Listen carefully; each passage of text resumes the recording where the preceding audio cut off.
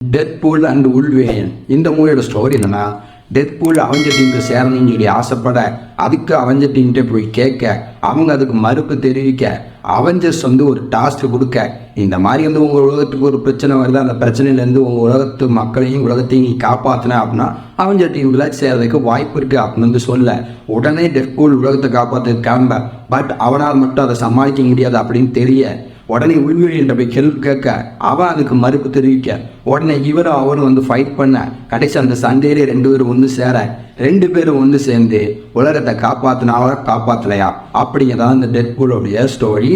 But இந்த story அவங்களுடைய Marvel's மூவியில் ஒரே டெம்ப்ளேட் தான். உலகத்தை காப்பாற்றணும், மக்களை காப்பாற்றணும் அப்படிங்கிறதான் அதே டெம்ப்ளேட்டில் தான் டெட்பூலும் இந்த உள்வெளியிலும் ஸ்டோரி வந்திருக்கு. இந்த படத்துலையும் டெட்பூல் ரசிகர்கள் எதிர்பார்த்த மாதிரியே சீனுக்கு டபுள் மீனிங் இருக்குது, பேட் வேர்ட்ஸ் இருக்குது, ஹியூமர் சென்ஸ் இருக்குது, எல்லாமே இந்த படத்தில் இருக்குது. எந்த இடத்துலையும் பஞ்சமே இல்லை. ஸோ இந்த படத்தோட பெரிய பாசிட்டிவே இந்த மாதிரி இந்த சீன்கள் தான் அப்படின்னு சொல்லி ஆகணும். ஏன்னா டெட்பூல்னாலே மேக்ஸிமம் அந்த பேட் வேர்ட்ஸ் ஹியூமர் சென்ஸ் தான் ஒர்க் ஆகும். அதே ஒர்க் இந்த படத்துலையும் வந்திருக்கு.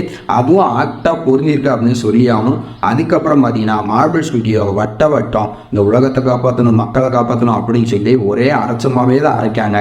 அதே மாதிரி தான் இந்த படத்துலையும் அரைச்சிருக்காங்க. பட் அரைச்சாலும் ஸ்க்ரீன் ப்ரெசன்ஸ் ரொம்ப சூப்பராக இருக்குது. எப்படி தான் இதுக்காண்டி ஒர்க் பண்ணுறாங்க அப்படின்னு சத்தியமாக தெரியலை.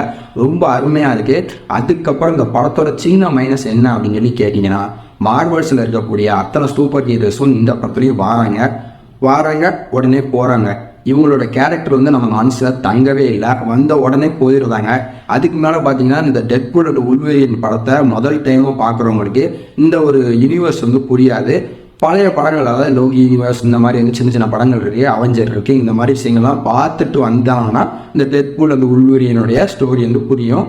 மற்றபடி புதுசாக பார்க்குறவங்களுக்கு புரியாது. பட் சிரிச்சுட்டு சந்தோஷமாக வெளியே வர முடியும்.